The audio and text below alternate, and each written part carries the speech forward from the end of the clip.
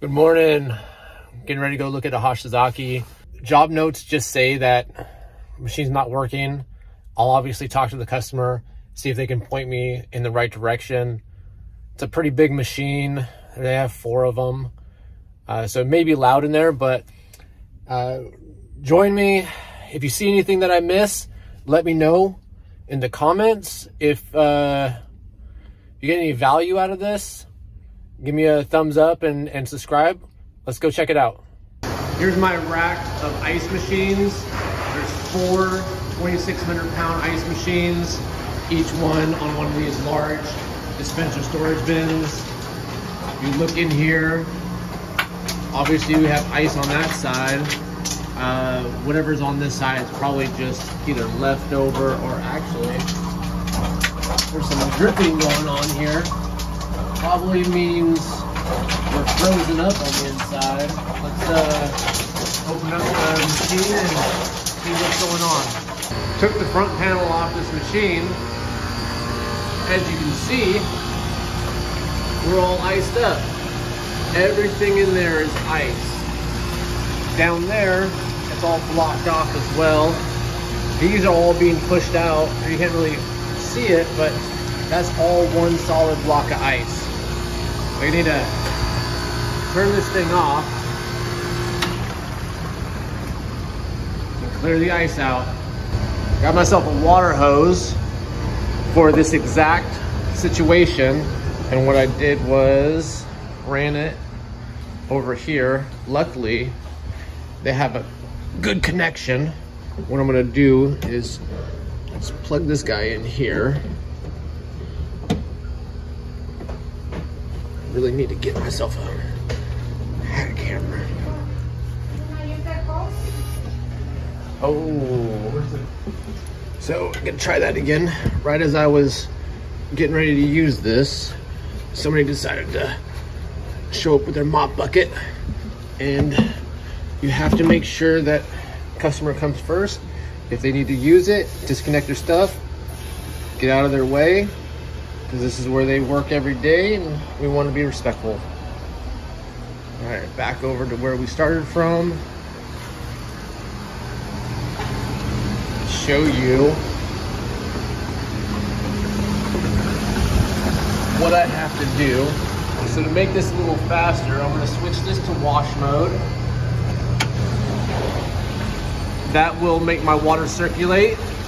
I'm also going to put this into bypass mode so that water goes down the center of the evaporators, and then I'm going to go ahead and start spraying. I'm going to melt this out first, because I'm curious of what's going on down there.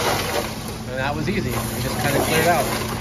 And then I'm going to just start piece at a time, spray, get this all melted, and I'm going to add a bunch of water to the sump so that there's nice hot water in there, and the water pump will do most of the work for me. After I fill that up a little bit and a lot of this ice starts falling off, I'll focus on this area, get all this off. Something else you can do to help yourself out, swap that over to ice mode. This thing will go through an initial harvest cycle. These refrigerant lines will all warm up. You'll have water run over or in between your evaporator plates. That'll help get a lot of the ice out. I finished up de-icing this thing. Just for your knowledge, it took about 35 minutes to get all the ice off.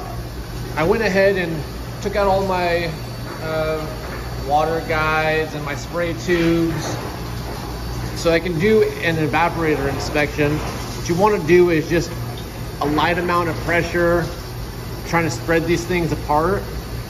You don't need to do a lot of pressure. If there's separation, it'll show you.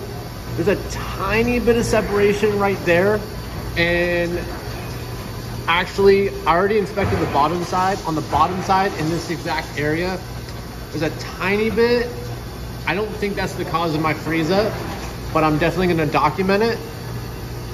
You just want to go through each one, light amount of pressure. If it's separating, it'll show itself. This also, taking the machine apart, allows me to look at my water inlet valve, see if it's leaking by. It's not, but we'll check it again when I put it into ice mode. I'll just take this hose off and just make sure there's no water coming through. I don't think that was my issue either. A couple of quick checks before I turn this thing back on. Obviously we have some cracks here from our freeze up. These little plastic pieces are going to continue to break off, so I'm going to have that replaced. This side is good. If you turn on your machine, now that all the little water curtains and splash shields are removed, you can see your water flow down the entire length of the evaporator. Front to back should be all about even. I mean, you're probably gonna get a little bit more in the front than you will in the back, but as long as you get at least some flowing through the back, you're gonna be good.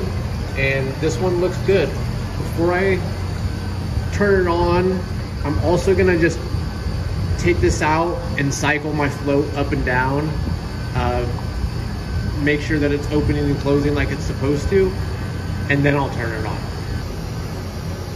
To inspect your water float, remove the boot.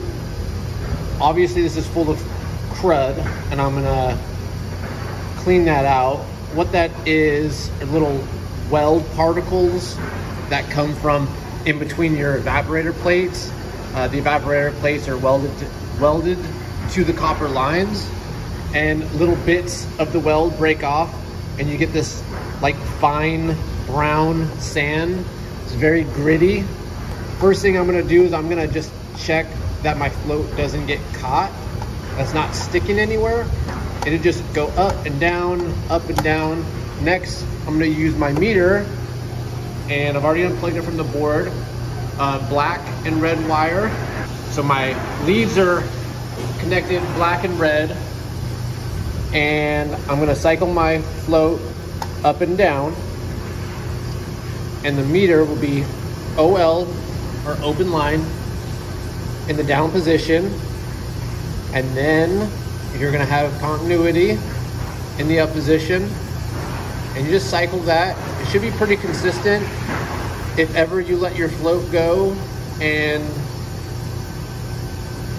it doesn't go open line, or your numbers start bouncing around, or something crazy starts happening, then you have an issue with your float. I'm pretty satisfied that that float's good. I've got this thing mostly put back together. I'm gonna let it make ice, see what happens. No issues with my float switch, no issues with my water inlet valve. Very, very, very small amount of separation in my evaporator. Not anything I'm worried about. Hot gas valve doesn't seem to be leaking by. Like I said earlier, it was just replaced. And just gotta wait and see what the machine shows us. We're about 15 minutes into freeze. Just wanted to show you real quick. If you look at your ice pattern, everything looks really good. We got a flashlight. It's very even. Every evaporator has about the same amount of ice formation. We just cycled into harvest. You can hear your harvest valve hissing. And if you feel on either side of it, it's going to be passing hot gas into your refrigerant lines. So instead of it being cold, it's now getting hot. That, with the help of water from your water solenoid, is going to help harvest the ice. So we're going to keep an eye on this, make sure all of this ice harvests from the evaporator, see if there's anything left. If not, then we'll be good. Look at that. I put these things in upside down. You're an idiot. Let me flip these around, because it's going to build up ice down there because I didn't put that together right. I went ahead and fixed that real quick. Didn't lose any time on my harvest. Ice is still falling from the evaporator. I just want to make sure that nothing sticks when it goes into this next freeze cycle. I did place in the harvest time by changing the position of dip switch 1 and 2 on the control board. Before you go messing with dip switch on the control board, make sure you look at your manual. So the machine was working really well. I wanted to check one last thing before I took off. Unfortunately, it's kind of hard to get to, so I have to use the handle of this broom here. Actually, it's a squeegee. I wanted to show you what happens. This is what turns the machine off. This is called the bin control, mechanical bin control. When there's no ice pressing against this paddle, it'll close the circuit. That'll show as 0.5. When you close it, it's supposed to say OL, and I have it closed with this broom handle, and it's not changing. You cycle it out, close it, no change, but if you hit it, it opens. The ice will never smack it like that. It'll slowly build up and build up and build up and press against it. Well, see, there it happened that time. Every once in a while, if it just closes softly, and I might have beat it back into operation, but like that, close it softly. It doesn't open the circuit. The machine thinks it still needs to make ice. Ice builds all the way up into that chute, freezes up your evaporators, and then your machine stops working after you remove all the, you remove ice for use. It never starts working again because it's all froze up. So make sure you check your bin control. If you have to smack it to get it to open, it's bad. So I'm gonna go ahead and swap that out. Went ahead and swapped out that bin control. This new connector makes it hard to test holding the phone at the same time. But here's the old one that I ripped out. That's trash. I went ahead and checked it. When I push it in softly, it opens. I let it out. It closes exactly the way it's supposed to be. So I'm gonna go ahead and plug this in, fire the machine up, and now I'll be confident that it'll work when I'm gone. So all done with that. Not gonna lie, it's probably not the first time. Actually, it's not the first time that I've had a freeze up on a Hoshizaki where the mechanical bin control was the reason why the machine froze up. For whatever reason, I haven't gotten into the habit of checking that first. I probably will next time. It's just when you show up and it's frozen up and the bin's empty or close to empty, you don't assume that the bin control is the reason that it froze up. But lesson learned, and hopefully if you watch this and you're watching this now to the end, you may check that first. Who knows? Either way, it's been fun. See you next time. Hope you enjoyed. Share this with your friends. I appreciate it.